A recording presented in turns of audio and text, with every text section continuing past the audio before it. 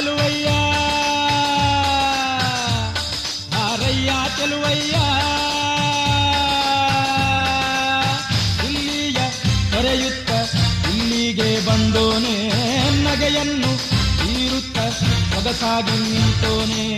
Shriram